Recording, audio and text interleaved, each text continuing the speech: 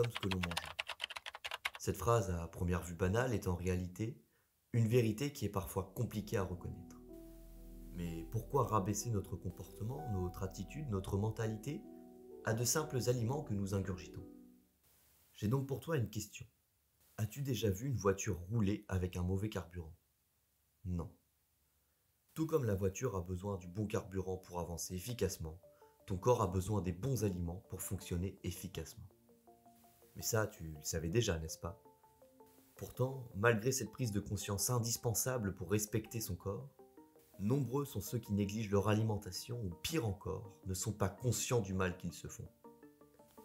Prépare-toi donc à découvrir comment nos choix alimentaires sculptent non seulement notre corps mais aussi notre esprit et comment chaque repas peut te faire devenir meilleur ou pas.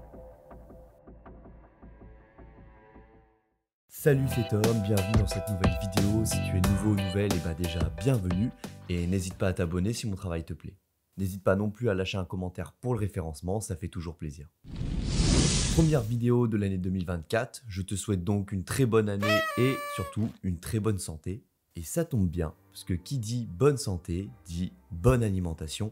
Et ça tombe bien, parce que c'est le thème de la vidéo d'aujourd'hui. T'as vu le lien un peu, bonne année, bonne santé, alimentation, Parce que oui, une bonne hygiène de vie, ça passe à travers la pratique régulière d'une activité physique, d'une bonne qualité de sommeil, j'ai fait une vidéo justement dessus, et d'une bonne alimentation. Alors ça paraît bateau de dire aujourd'hui que l'alimentation c'est super important, tout le monde est au courant qu'il faut bien manger pour être en bonne santé, pourtant quand tu regardes ce que les gens achètent au supermarché, c'est pas toujours tip top.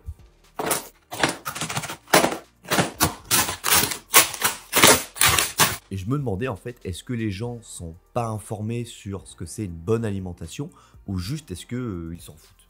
Et en fait c'est ça, ils s'en foutent complètement de ce qu'ils mangent. Parce qu'en 2024, tu peux pas dire que tu ne savais pas, que tu n'étais pas au courant, tu peux pas dire « Ah bon, les chocs à pic c'est mauvais pour la santé ?» Après, je suis personne pour juger et c'est même pas là mon but en soi. Et en soi, manger des cordons bleus et des gnocchis bien industriels 2 fois dans la semaine, c'est pas ça qui va vous tuer. Mais manger ça tous les jours, ouais, là ça devient compliqué. Allez, on rentre dans le cœur du sujet. Avoir une bonne alimentation, ça sert à quoi? Déjà, ça te permet d'être en bonne santé. Et ça veut dire quoi être en bonne santé? C'est pouvoir marcher, pouvoir courir, pouvoir sauter, pouvoir faire du sport, pouvoir monter les escaliers sans être essoufflé. Mais être en bonne santé, c'est aussi pouvoir espérer vivre plus longtemps, atteindre 80 ans. Et c'est pas juste atteindre 80 ans pour le nombre, mais atteindre 80 ans en étant encore en bonne santé, en ayant toute sa tête et une certaine liberté corporelle. En plus de ça, une bonne alimentation, ça va te réduire drastiquement les chances de développer certaines maladies, comme le surpoids, l'obésité, l'hypercholestérolémie. Putain, si tu savais comment j'ai galéré à le dire. Alors qu'en gros, c'est juste quand t'as trop de cholestérol. Le diabète de type 2, les maladies cardiovasculaires, l'hypertension artérielle, blablabla, vous connaissez déjà tout ça. Et dans la famille des maladies, on a les cancers et l'alimentation joue un grand rôle, pas un rôle exclusif, mais un grand rôle dans les chances de développer ou non un cancer. Mis à part tout ça, un deuxième bienfait d'une bonne alimentation, et là je vais reprendre ma phrase du début de vidéo, nous sommes ce que l'on mangeons. Et ça, c'est une phrase qu'on m'a souvent dit et que je trouve vraiment sensée pour le coup, parce que c'est avoir un certain respect pour son corps, avoir un respect pour soi-même. Parce que moi, je me dis, mon corps, c'est mon outil de travail, c'est mon véhicule du quotidien, et j'ai envie d'accomplir de grandes choses avec. Mais pour ça, il faut que je le nourrisse bien, que je le traite bien, que je le respecte. Et au contraire, une personne qui mange mal régulièrement, c'est une personne qui se dit, ouais, je mange de la merde, mais en même temps, je prends plaisir à manger ça, ça a bon goût hein, ce que je mange. Et puis au final, regarde, je suis encore en bonne santé là. Je suis en pleine forme, j'ai encore toutes mes capacités, donc pourquoi me priver? Ouais, t'es toujours en bonne santé.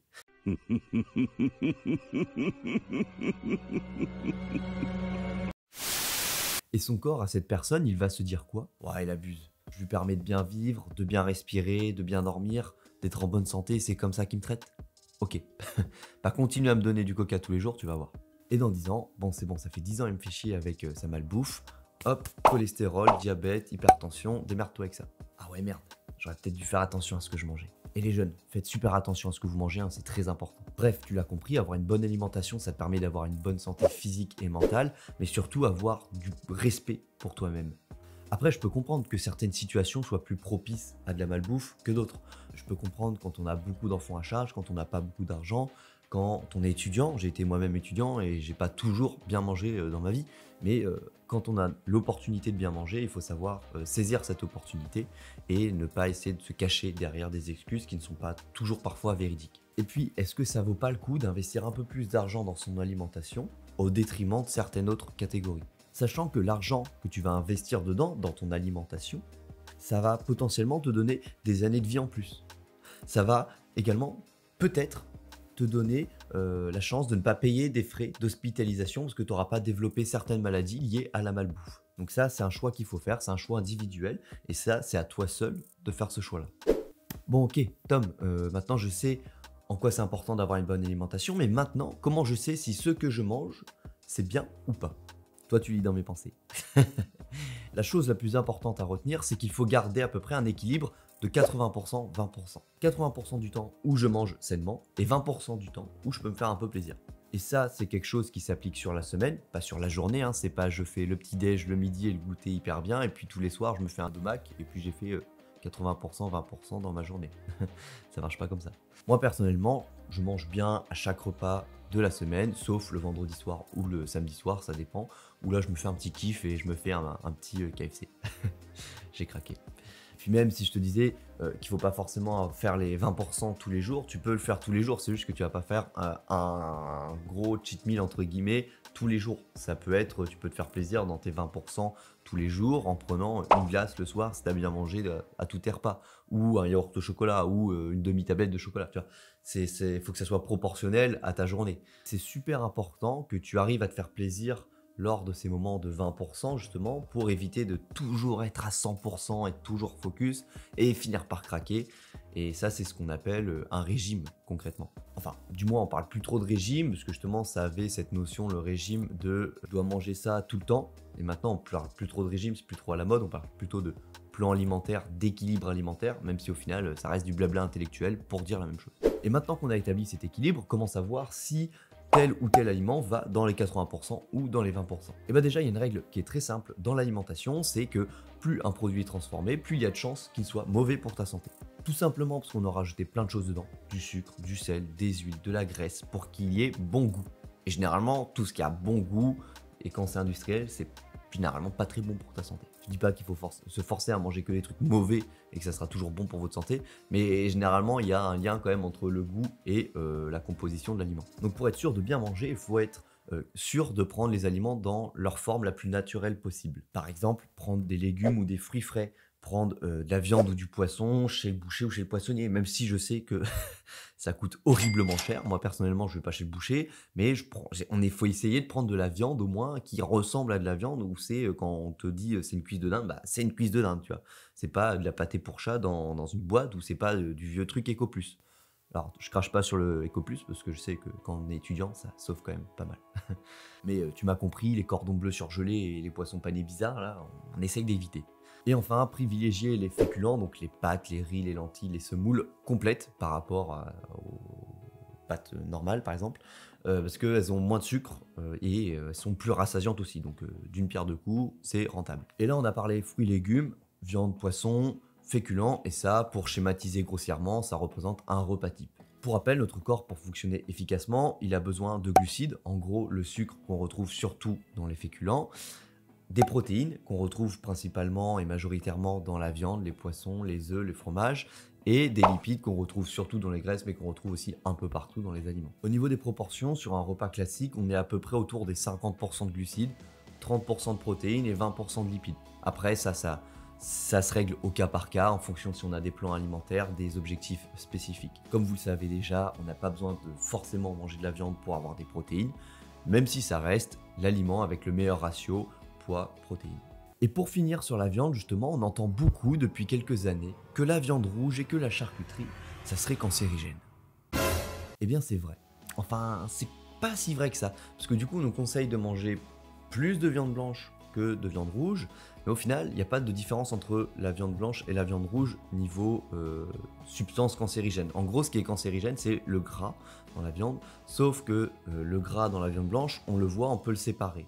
Le problème, c'est que dans la viande rouge, le gras, il est dans la chair, et donc on le mange, et donc on ne peut pas le séparer, et c'est pour ça que c'est déconseillé de manger trop de viande rouge.